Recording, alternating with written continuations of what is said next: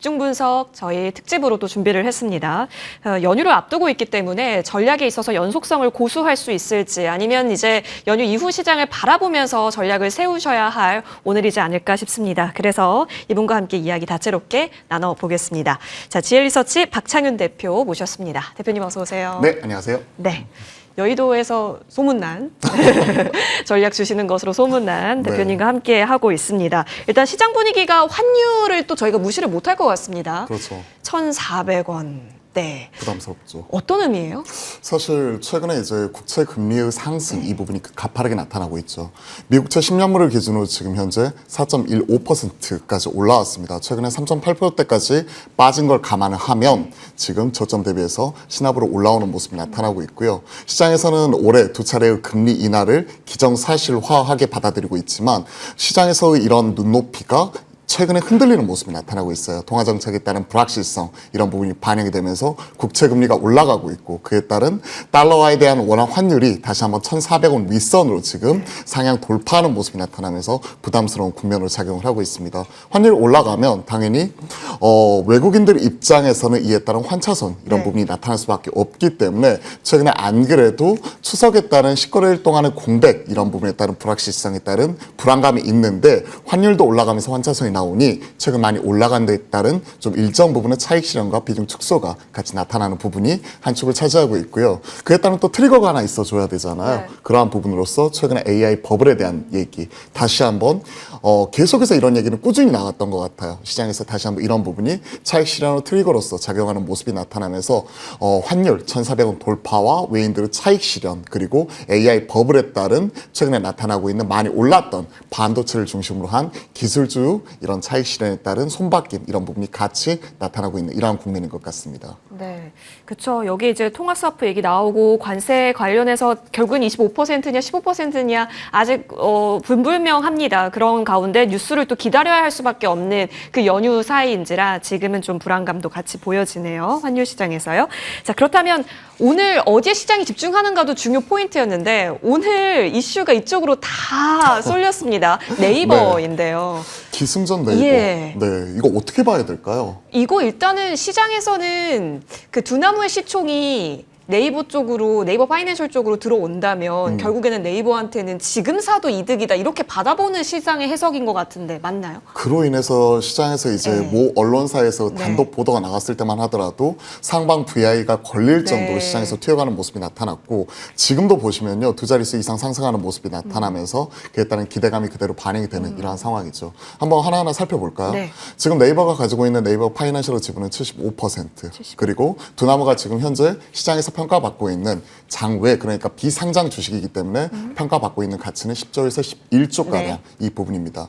근데 네이버 파이낸셜보다 이거 지분율이 높기 때문에 지금 100% 자회사로 연결로 편입시키기 위해서는 50% 이상을 가져가야 되는데 그게 현실적으로 쉽지 않은 상황이에요. 그러한 상황 속에서 과연 이런 부분을 가파르게 추진할 수 있겠느냐에 대해서 사실 시장에서는 의구심을 계속 있어 왔고 그러한 부분이 지금 시장에서 조회 공시를 통해서 아직까지는 확정된 바가 없다라고 밝힌 부분이죠. 예. 자, 여기서 우리가 체크해 봐야 될 포인트는 문구에 주목을 해봐야 될 것 같습니다. 통상 이런 부분에서 전혀 내용 자체가 아예 없는 부분이라면 사실 무근이다. 보통 이런 식으로 밝혀지는데 확정된 바가 없다는 얘기는 전략적 협업에 대한 부분은 논의를 하고 있지만 이와 관련된 구체적인 내용은 아직까지 네. 확정된 바가 없다는 부분이기 때문에 시장에 따른 이런 기대치는 살아있는 이러한 상황인 것 같습니다. 특히 이제 두나무가 가지고 있는 작년 말 기준 보시면 영업이익이 1조 1,863억, 러프하게 그냥 1조 2천억 잡고요. 네이버가 지금 2조 원이 소폭 넘어가는 부분이니까 영업이익단은 대략 50% 두나무가 연결로 잡히게 된다면 현 시점에서 네이버의 가치 재평가는 반드시 나타날 네. 수밖에 없겠죠. 그리고 우리가 두나무와 피어그룹, 글로벌 피어라고 얘기하고 있는 코인베이스나 로비넛 뭐 이런 글로벌 이런 코인 거래소 그런 플랫폼 관련 기업들 같은 경우는 PER이 50배가 훌쩍 넘어갑니다. 참고로 코인베이스 같은 경우에는 이제 올해 말자 기준으로 보시게 되면 대략 73배 그리고 내년도 예상 영업이익 대비 지금 보시게 되면 내년 예상 순익 대비 보시게 되면 59배인데 지금 네이버 PR 자체 해봐야 19배 그리고 내년 기준으로 보게 됐을 때 17배잖아요. 예. 그럼 최소한 여기서 2배 가더라도 이상할 건 없는 거죠. 그러한 것들을 종합적으로 고려해 봤을 때 결론이 이렇습니다.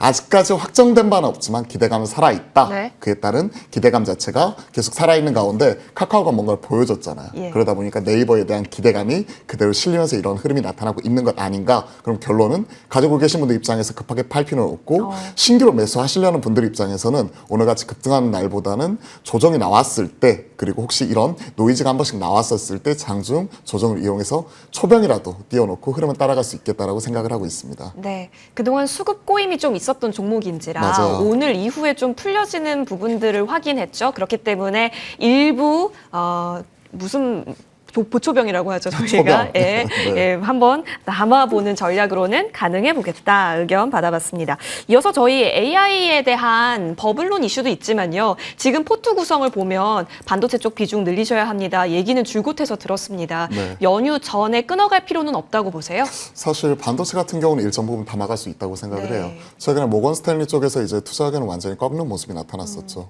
작년에 이제 윈터 이즈 커밍을 통해 레거시 반도체의 업사이클에 대한 기대감이 만연해 있을 때 오히려 투자 의견을 꺾는 모습이 나타나면서 이런 부분을 적중을 시켰죠. 그러면서 1년 동안은 혹한기를 지나고 나서 겨울이 끝난 다음에 이제 봄이 오는 초기 국면에 놓여 있다 이렇게 생각을 하고 있습니다. 그동안에 이제 이번 우리가 그 마이크론 실적에서 확인했다시피 디램 같은 경우는 80% 이상 성장하는 모습이 나타났었지만 낸드는 전년 동기 대비해서 한 5% 정도 빠지는 모습이 나타나서 아픈 손가락에 했던 낸드까지도 최근에는 가격이 가파르게 올라오고 있죠. 그러면서 모건 스탠리는 반도체의 봄이 언제까지 가느냐, 올해 말뿐만이 아니라 내년 7년이어야 되어야 대략 우리가 피크 얘기를 하고 있기 때문에 최소한 우리가 이런 테크를 투자할 때 보통 6개월에서 9개월 선 반영하는 부분을 감안해서 놓고 본다면 내년 상반기까지는 좀 편안하게 갈 수 있다. 그러한 측면에서 최근에 보시면 SK 하이닉스뿐만이 아니라 외인들이 삼성전자를 공격적으로 담는 모습이 항상 나타났었잖아요. 그러면서 우리가 꿈에 그리던 삼성전자도 우리 원금 회복하는 모습이 나타나면서 8만 원 돌파하는 모습이 나타났기 때문에 이러한 흐름 자체에서는 반도체를 좀 담아갈 수 있겠다라고 생각을 하고 있고요. 그럼 어떤 종목을 담아야 되느냐? 삼성전자, SK 하이닉스 빠질 때 담아갈 수 있다. 그리고 여타 IT 소부장 같은 경우는 국채금리 인상과 환율 상승에 따른 최근에 차익 시장이 어제와 오늘 이렇게 나타나고 있잖아요. 그러한 부분을 생각해 놓고 본다면 최근에 신고가 났다가 조정이 나오고 있는, 예를 들어 뭐 이오테크닉스나 전공정 쪽에서는 원익 IPS처럼 가장 먼저 가장 빠르게 올라갔었던 이런 종목들이 조정이 나오게 되면 오히려 이런 종목들을 좀 담아가야 되지 않을까 그렇게 생각을 하고 있습니다.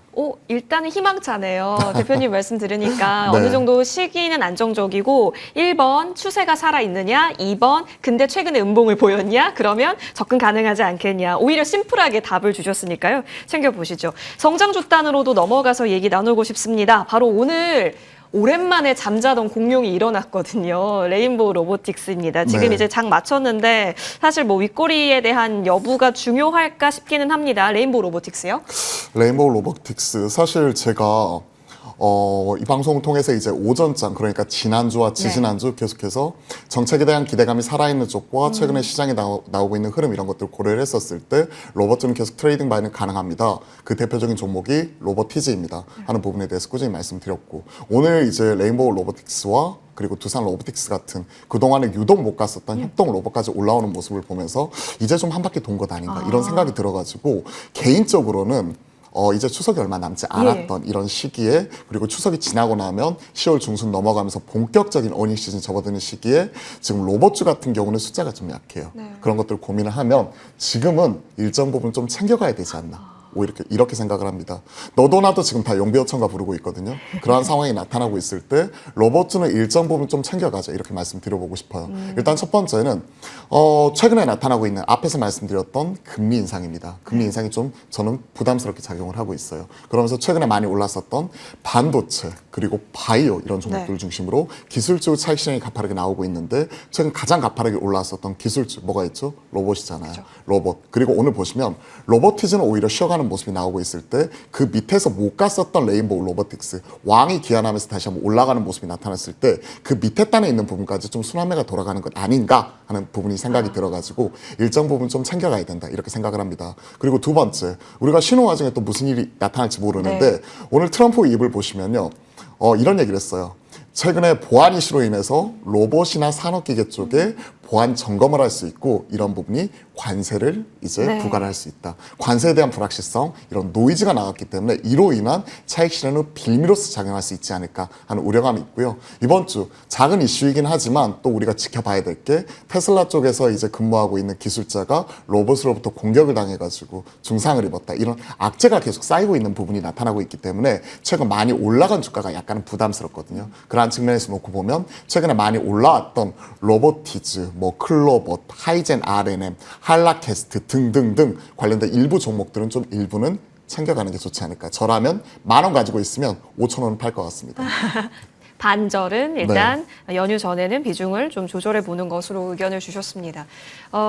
대표님 얘기 들어보니까 결국에는 AI로 하는 그 반도체 쪽에 있어서는 오히려 비중 강화 또한 가능해 보이는데 그러면 패키지로 같이 볼 수 있는 게 사실 전력설비단 그리고 에너지단이잖아요. 맞아요. 최근에 SOFC 등등 얘기도 나오고 있는데 지금 뭔가 그렇게 폭발적이지 않을 때는 지금도 기회의 영역이라고 볼 수 있어요? 사실 이번 주하고 지난주부터 해가지고 좀 조정이 나왔던 예. 쪽이 연료 전지단 그리고 반도체가 빠지면서 같이 흔들리는 모습이 나타나면서 빠지지는 않지만 쉬어가고 있는 쪽이 전력 설비단이거든요. 전력 설비 우리가 HD 현대일렉트릭이나 네. 효성중공업, 산일전기를 비롯한 이런 초고압 변압기부터 ESS 쪽에 들어가는 특수 변압기에 이르기까지 이런 관련 종목들 같은 경우도 지금 빠지지는 않고 쉬어가고 맞아요. 있는 모습이 나오고 있고요. 특히나 우리가 주목해 봐야 될 게 AI 버블에 대한 얘기가 나왔음에도 불구하고 빠지지 않는다. 악재가 나왔음에도 불구하고 오히려 자리를 지키고 있다는 측면에서 오히려 시장에서 이런 대기 매수세 이런 부분을 느낄 수 있었고요. 반면에 이번 주 들어서 급격하게 빠지고 있는 게 바로 두산 퓨얼셀을 비롯한 네. SK 이터닉스 그리고 GNC 에너지 같은 이런 연료전지단인데 오히려 이런 쪽은 이렇게 쉬어가고 있을 때 계속 관심을 가져볼 수가 있을 것 같습니다. 결국은 이거 같아요. 우리가 데이터 센터를 짓기 위해서는 인허가 규제를 이런 인허가를 받아야 되는데 인허가를 받기 위한 필요 충분 조건은 결국 이에 따른 원사이트 전력 자체 문제를 해결해야 되거든요. 근데 원사이트 전력을 해결하는 데 있어서 즉시적인 대안 이런 부분 같은 경우는 지금으로서는 연료전지밖에 없습니다. 가스터빈을 통한 이런 전리가 가스터빈을 통한 발전 같은 경우는 최소 2년에서 3년 이상이 걸린다고 하고 있고 그리고 SMR 얘기 많이 나오고 있죠. 예. 이 부분도 상용화에 대해서는 2030년 이후를 바라보고 있기 때문에 최근에 블룸에너지 같은 경우에 올해만 예. 들어서도 800% 이상 급증하는 모습이 나타나다가 제프리스가 지금 현재 투자 의견을 꺾는 모습이 나타나면서 어제와 예. 그리고 그제 20% 이상 빠지는 모습이 나오고 있는데 이렇게 흔들리는 모습이 나타날 때 결국 이런 주도 섹터의 대장 종목들 이런 종목들을 담아갈 수 있지 않을까. 그래서 결론을 말씀드리면 산일전기, 뭐 효성중공업, HD 현대일렉트릭 가지고 계신 분들 홀딩 쉬어가고 있을 때 모아가자. 그리고 두산 퓨얼셀을 비롯한 SK 이터닉스, GNC 에너지, 뭐 비나텍 등 관련된 종목들이 차익 실현이 나오는데 떨어진 칼날을 바로 잡기보다는 네. 앞에서 우리가 보초병 말씀해 주셨잖아요. 네. 초병이라도 띄워놓고 지켜보다가 우리가 추석 전후 지나고 나서 이런 부분이 어느 정도 마무리가 될 때쯤 그때 가서 좀 비중을 늘려볼 수 있겠다라고 생각을 하고 있습니다. 좋습니다. 오히려 깔끔하네요. 조용할 때 봐야 할 곳 네. 언급 주셨고. 자, 그렇다면 사실 실적에 있어서 좀 예민하게 생각해야 한다라고 하시면서 로봇주 코멘트 주셨기 때문에 기존에 우리가 주도 섹터가 실적이 나왔었던 쪽이었잖아요. 물론 네. 원전은 실적을 기다리는 쪽이긴 하지만 조방원에 대한 평가는요? 사실 조선, 방산, 네. 원전 여기에 대해서 딱 하나만 살 수 있다면 저는 방산 사겠습니다. 지금이요? 지금이요. 네. 왜냐하면 현대로템이나 하나에어로스페이스 같은 경우에 그저 신고가를 갔었고 네. 어제 오늘 좀 일부 차익 실현이 나오는 모습이지만 결국 이점은 숫자로서 대변이 되는 쪽이에요. 하나에어로스페이스 같은 경우에는 최근에 지금 PER 자체가 21배까지 떨어져 있는데 글로벌 피어라고 할 수 있는 라인메탈이나 RTX 같은 쪽 같은 경우는 지금 현재 30배가 훌쩍 넘어가고 있는 상황에서 지금 외사계 리포트를 통해서는 PER 30배까지 고를 부르고 있거든요. 이러한 부분이 나타나고 있고 현대로템 같은 경우가 지금 23배 그러니까 포워드 기준으로 26년 예측치 기준입니다. 23배에서 거래가 되고 있는데 이러한 부분이 폴란드 8.9조 원짜리 거래를 받고 지금 현재 이라크 쪽에서 이와 비슷한 규모 약 9조 원대에 달하는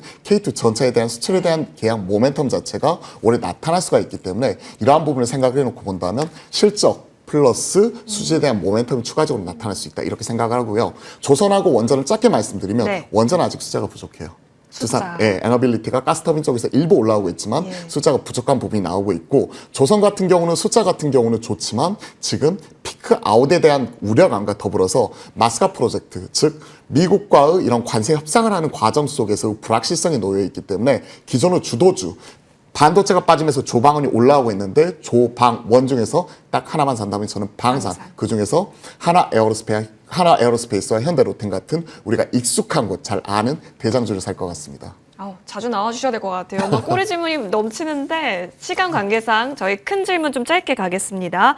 추석 연휴 앞두고는 그러면 반도체 쪽에서는 오히려 끊어갈 필요가 없고 실적이 안 좋을 쪽에서는 일단 좀 정리하자 의견으로 저희는 정리하면 될까요? 최근에 많이 올라왔던 쪽이 반도체와 예. 더불어서 로봇이기 로봇. 때문에 로봇 같은 경우에 반도체가 차익실이 나오고 있잖아요. 그렇기 네. 때문에 오늘같이 올라오는 로봇 같은 경우 일부 챙길 것 챙겨가자. 그리고 추석이 지나고 나면 바로 실적 시즌이기 때문에 네. 숫자에 대한 기대감이 있는 반도체, 삼성전자, SK하이닉스 중심으로는 가져갈 수 있겠다라고 생각을 하고 있습니다. 오늘 내용 정리하면 반도체 그리고 또 조용한 쪽 SOFC라든지 그리고 전력기기단에서는 기회를 노려볼 수 있다로 오늘 깔끔하게 원포인트 메시지 남겨주셨습니다. 체크해 보시면 좋을 것 같고요. 오늘 양대 시장은 목요일 위클리 옵션 만기일이기도 했었습니다만 양대 시장 마이너스권에서 거래를 마쳤습니다. 사실상 외국인이 코스피 시장에서 장 막판 좀 덜어내다가 동시호가 구간에서 다시 사들이려는 시도는 있었네요. 선물 쪽에서도 강화되는 수급은 오늘 집중이 됐습니다. 연휴 전까지 저희와 함께 더 촘촘한 전략 세워보시면 좋을 것 같고요. 대표님과 저는 여기서 물러납니다.